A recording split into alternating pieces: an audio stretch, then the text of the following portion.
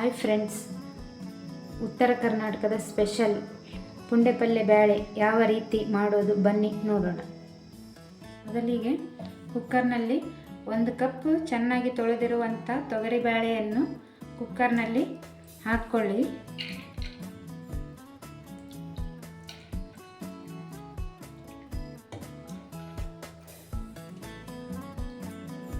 ನಂತರ ಪುಂಡೆಪಲ್ಲೆಯನ್ನು 2 ಸಲ ಅಥವಾ 3 ಸಲ ತೊಳ್ಕೊಂಡು ಕುಕ್ಕರಲ್ಲಿ ಹಾಕಿ ಚೆನ್ನಾಗಿ ನೀಟಾಗಿ ತೊಳ್ಕೊಳ್ಳಿ. ನಂತರ 8 ರಿಂದ 10 ಮೆಣಸಿನಕಾಯಿ ಸಣ್ಣವಾಗಿ ಕಟ್ ಮಾಡಿಕೊಂಡು ಇದರಲ್ಲಿ ಹಾಕಿ, ನಂತರ ಒಂದು ಮೀಡಿಯಮ್ ಸೈಜ್ ಈರುಳ್ಳಿಯನ್ನು ತಗೊಂಡು ಸಣ್ಣ ಕಟ್ ಮಾಡಿ ಇದರಲ್ಲಿ ಹಾಕ್ಕೊಳ್ಳಿ. ನಂತರ ಒಂದು ಮೀಡಿಯಮ್ ಸೈಜ್ ಟಮಾಟೆಯನ್ನು ತಗೊಂಡು ಕಟ್ ಮಾಡಿಕೊಂಡು ಇದರಲ್ಲಿ ಹಾಕ್ಕೊಳ್ಳಿ. ನಂತರ 4 ಅಥವಾ 5 ಬೆಳ್ಳುಳ್ಳಿಯನ್ನು ಹಾಕ್ಕೊಳ್ಳಿ. ಸ್ವಲ್ಪ ಹುಂಚೆಹಣ್ಣು ಹಾಕ್ಕೊಳ್ಳಿ. ಸ್ವಲ್ಪ ಕರಿಬೇವು ಸೊಪ್ಪು ಹಾಕ್ಕೊಳ್ಳಿ. ಲಾಸ್ಟಿಗೆ ಸ್ವಲ್ಪ ಕೊತ್ತಂಬರಿ ಹಾಕ್ಕೊಳ್ಳಿ. ಅರ್ಧ ಸ್ಪೂನ್ ಅರಿಶಿಣ, ರುಚಿಗೆ ತಕ್ಕಷ್ಟು ಉಪ್ಪು, 1 ಸ್ಪೂನ್ ಆಯಿಲ್. ಆದ ನಂತರ 1.5 ಗ್ಲಾಸ್ ನೀರು ಹಾಕ್ಕೊಳ್ಳಿ. ಇದರಲ್ಲಿ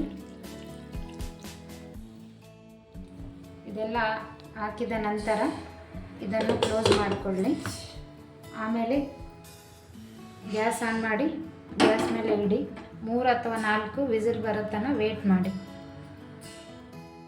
ಆದ ನಂತರ ಇದನ್ನು ತೆಗೆದುಕೊಂಡು, ಇದು ಬೇಳೆ ಈ ಥರ ಇರುತ್ತೆ, ಇದನ್ನು ಸ್ವಲ್ಪ ಮೆತ್ತಗೆ ಮಾಡಿಕೊಳ್ಳಿ. ಸ್ಪೂನ್ ಅಥವಾ ಬೇಳೆ ಮೆತ್ತಗೆ ಮಾಡ್ತಾರಲ್ಲ ಅದನ್ನು ತಗೊಂಡು ಅಥವಾ ಮಾಡ್ಬೋದು. ಈ ಥರ 1 ಅಥವಾ 2 ಸಲ ತಿರ್ಸ್ಕೊಳ್ಳಿ. ಈ ಥರ ಮೆತ್ತಗಾಗ್ಬಿಡುತ್ತೆ. ಈ ಥರ ತಿರ್ಸ್ಕೊಳ್ಳಿ.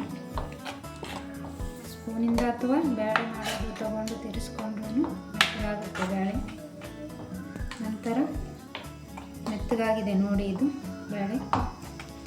ನಂತರ ಒಂದು ಕಡಾಯಲ್ಲಿ ಎಣ್ಣೆ, ಸಾಸಿವೆ, ಜೀರಿಗೆ, ಮೆಣಸಿನಕಾಯಿ ಮತ್ತು ಒಂದು ಸ್ವಲ್ಪ ಕರಿಬೇವು ಸೇರಿಸಿಕೊಂಡು ಒಗ್ಗರಣೆಯನ್ನು ಬೇಳೆಗೆ ಮಿಕ್ಸ್ ಮಾಡಿಕೊಳ್ಳಿ.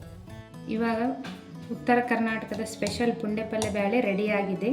ನೀವು ಒಂದ್ಸಲ ಇದನ್ನು ಟ್ರೈ ಮಾಡಿ. ಈ ವಿಡಿಯೋ ಇಷ್ಟವಾದರೆ ಲೈಕ್ ಮಾಡಿರಿ, ನಮ್ಮ ಚಾನಲನ್ನು ಸಬ್ಸ್ಕ್ರೈಬ್ ಮಾಡಿರಿ, ಸಪೋರ್ಟ್ ಮಾಡಿ. Thank you.